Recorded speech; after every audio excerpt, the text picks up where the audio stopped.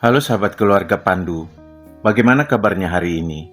Semoga kita selalu sehat dan dimampukan Tuhan untuk melakukan tugas dan kerja kita.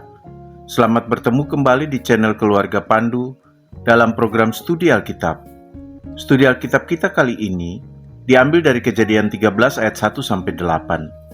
Sebelum mendengarkan penjelasan saya, silakan sahabat-sahabat keluarga Pandu membaca teks Alkitabnya terlebih dulu. Sebelum lanjut, jangan lupa subscribe, like, komen, dan share untuk membantu mengembangkan channel ini, supaya channel ini bisa bermanfaat untuk siapa saja. Mengapa Kejadian 13 ayat 1 dimulai dengan informasi bahwa Abram meninggalkan Mesir ke tanah Negeb? Abram memang sebelumnya berdiam di Mesir. Kejadian 12 ayat 10-20 menginformasikan bahwa karena kelaparan, Abram datang ke Mesir. Kisah ini mengingatkan kita akan kisah yang serupa, yaitu kedatangan Yakub dan keluarganya ke Mesir karena kelaparan. Abram kemudian diminta meninggalkan Mesir oleh Fir'aun, karena Allah memberikan tulah kepada Fir'aun yang menginginkan istri Abram. Cerita ini juga menghubungkan kita dengan kisah perginya Israel meninggalkan Mesir setelah Allah memberikan 10 tulah kepada Mesir. Abram pergi meninggalkan Mesir bersama istrinya dan segala miliknya. Lot keponakannya juga meninggalkan Mesir bersama dengan dia. Vulgata dan beberapa terjemahan lainnya menerjemahkan perjalanan Abram meninggalkan Mesir menuju ke selatan. Hanekbah diterjemahkan ke selatan, dan arah ke selatan adalah ke Negeb. Dengan begitu Abram mengikuti rute yang sama ketika dia datang ke Mesir. Jadi dari Negeb dia akan melewati Bet-El dan Ai. Lihat Kejadian 12 ayat 8 dan 9. Lot meninggalkan Mesir bersama dengan Abram. Lot juga sudah bersamanya sejak mereka datang ke Mesir. Abram dikatakan sangat kaya. Dia memiliki banyak ternak, perak, dan emas. Kata kabet secara harfiah berarti berbobot atau menjadi berat. Makna lainnya adalah berlimpah atau mencapai kehormatan atau terhormat, atau dihormati atau mulia, atau dimuliakan atau membuat dirinya kaya. Maknanya juga bisa berhubungan dengan keberadaan sebagai seorang bangsawan. Jadi terjemahan sangat kaya di sini dihubungkan dengan ternak, emas, dan perak yang dimiliki Abram. Teks ini bisa juga ingin menunjuk kepada kehormatan yang diperoleh Abram karena dia memiliki banyak ternak, perak, dan emas. Mungkin narasi ini juga ingin memperlihatkan bahwa seseorang juga dianggap terhormat atau mulia karena kekayaan yang dimilikinya. Dengan demikian, narasi ini mengingatkan kita untuk tidak cepat-cepat menghukum seseorang atau menganggap seseorang salah karena mengumpulkan banyak harta di dunia. Ternak, bahasa Ibraninya mikneh, menunjuk kepada hewan peliharaan dan biasanya sapi, domba, dan kambing. Dengan menyebut ternak, perak, dan emas, penulis menggambarkan peningkatan kekayaan yang dimiliki Abram. Kejadian 12 ayat 5 menginformasikan kepada kita bahwa sebelum masuk ke Mesir, Abram sudah memiliki harta benda yang dikumpulkannya dan orang-orang yang diperolehnya di Haran. Namun kekayaan Abram itu semakin bertambah ketika dia di Mesir. Kejadian 12 ayat 16 menginformasikan bahwa karena tertarik pada Sarah, Fir'aun menyambut Abram dengan baik. Fir'aun memberikan Abram kambing domba, lembu, keledai jantan, budak laki-laki dan perempuan, keledai betina dan unta. Karena itulah Abram semakin melimpah kekayaannya. Narasi di ayat 3 seperti mengulangi narasi perjalanan Abram yang dikisahkan di Kejadian 12. Bedanya, di pasal 12 Abram berjalan dari tempat berkemahnya di antara Betel dan Ai menuju tanah Negeb, sedangkan di pasal 13 sebaliknya. Beberapa ahli mengatakan bahwa tidak dapat dipastikan bahwa meskipun dikatakan bahwa Abram melalui tempat yang sama, termasuk melalui tempat kemahnya mula-mula, Abram berkemah di tempat atau membangun tendanya di tempat yang sama. Penulis lebih ingin menginformasikan kepada pembaca bahwa dalam perjalanannya, Abram tetap setia memanggil nama Tuhan. Karena itu dikatakan bahwa Abram kembali ke tempat mezbah yang dibuatnya dahulu, atau mezbah yang pertama dibangunnya setelah Tuhan memanggilnya. Kata Ibrani rison secara harfiah berarti bekas atau mantan atau pertama atau kepala dalam arti yang awal. Memanggil diterjemahkan dari kata kara. Kara secara harfiah berarti memanggil dalam arti menyebut nama.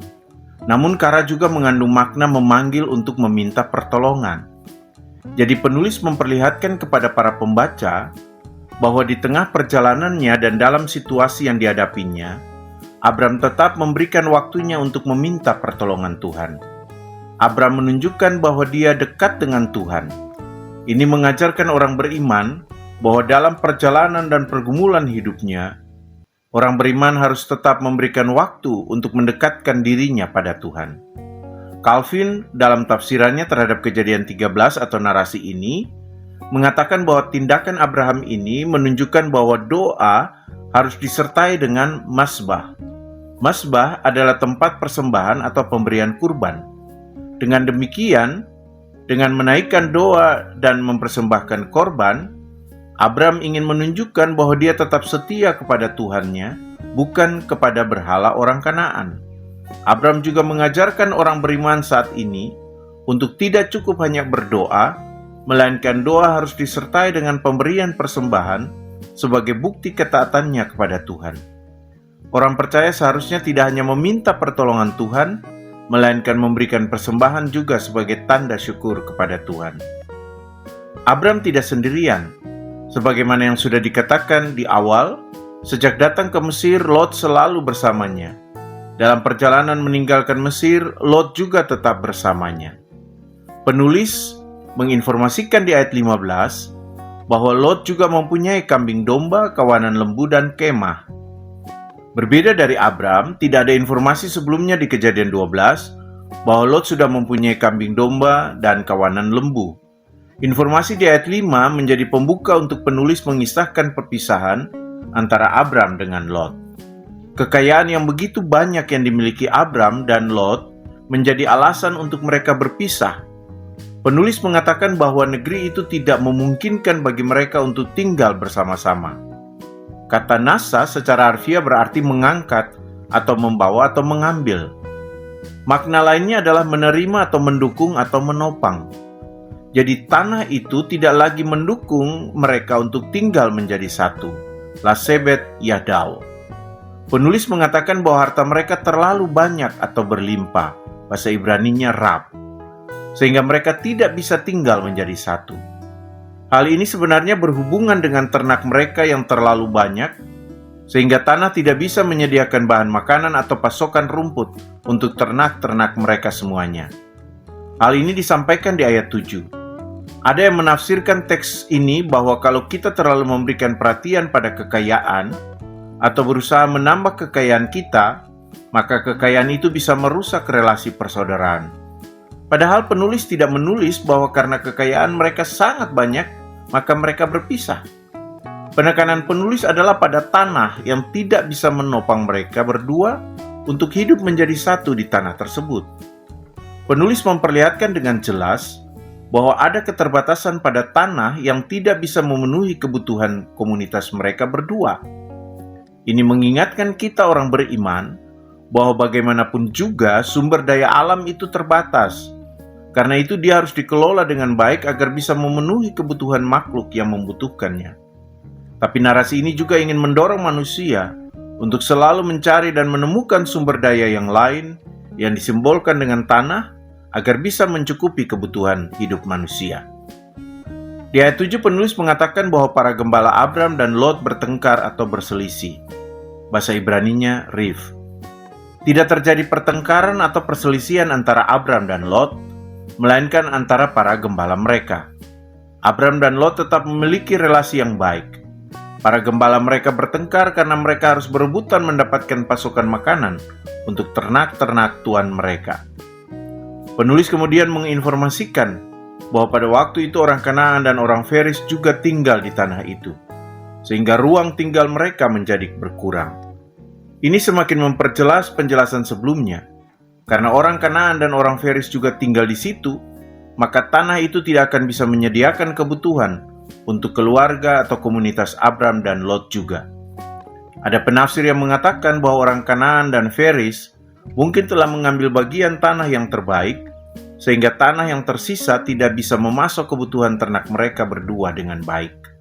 Abram menunjukkan sikap orang tua yang berhikmat dengan mengingatkan Lot agar jangan ada pertengkaran di antara mereka. Para gembala mereka bertengkar, tetapi mereka berdua tidak boleh bertengkar. Ada penafsir yang mengatakan bahwa mungkin saja Lot mulai terprovokasi karena pertengkaran para gembalanya dengan para gembala Abram. Mungkin juga Lot merasa terluka karena situasi ini, atau merasa dia akan menjadi yang inferior dan Abraham yang superior karena posisinya sebagai keponakan Abram. Abram menggunakan kata na ketika menyampaikan harapannya kepada Lot.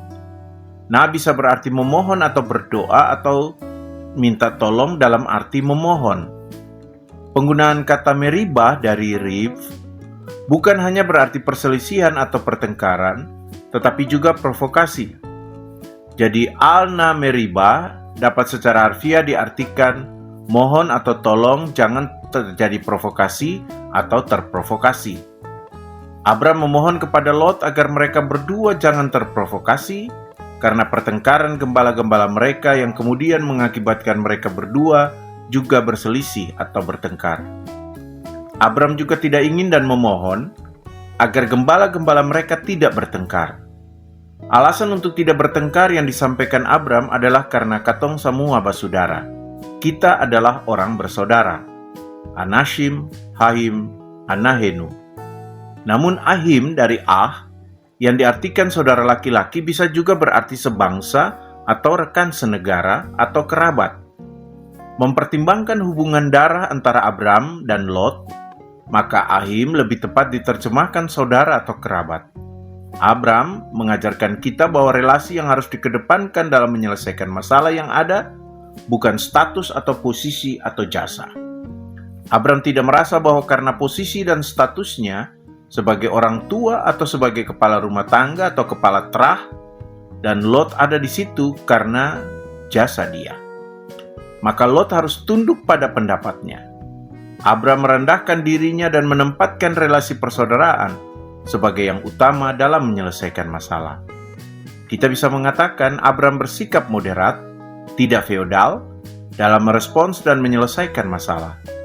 Abram juga dengan cepat mengambil tindakan untuk memulihkan kedamaian di antara keluarganya ketika dia menyadari perselisihan yang muncul. Ini mengingatkan kita untuk tidak membiarkan masalah berlarut-larut dalam keluarga. Segeralah mengambil sikap ketika masalah muncul dalam keluarga kita. Jangan biarkan masalah atau konflik menyebar karena kita tidak segera meresponsnya. Demikian studi Alkitab kita kali ini. Teruslah belajar dan mendalami firman Tuhan. Kiranya Roh Kudus memampukan kita untuk melakukan firman Tuhan ini di dalam hidup kita. Jangan lupa mendoakan dan terus mendukung program studi Alkitab ini, agar semakin tersebar dan menjadi berkat bagi lebih banyak orang yang mau mengenal dan belajar firman Tuhan. Tuhan Yesus memberkati kita.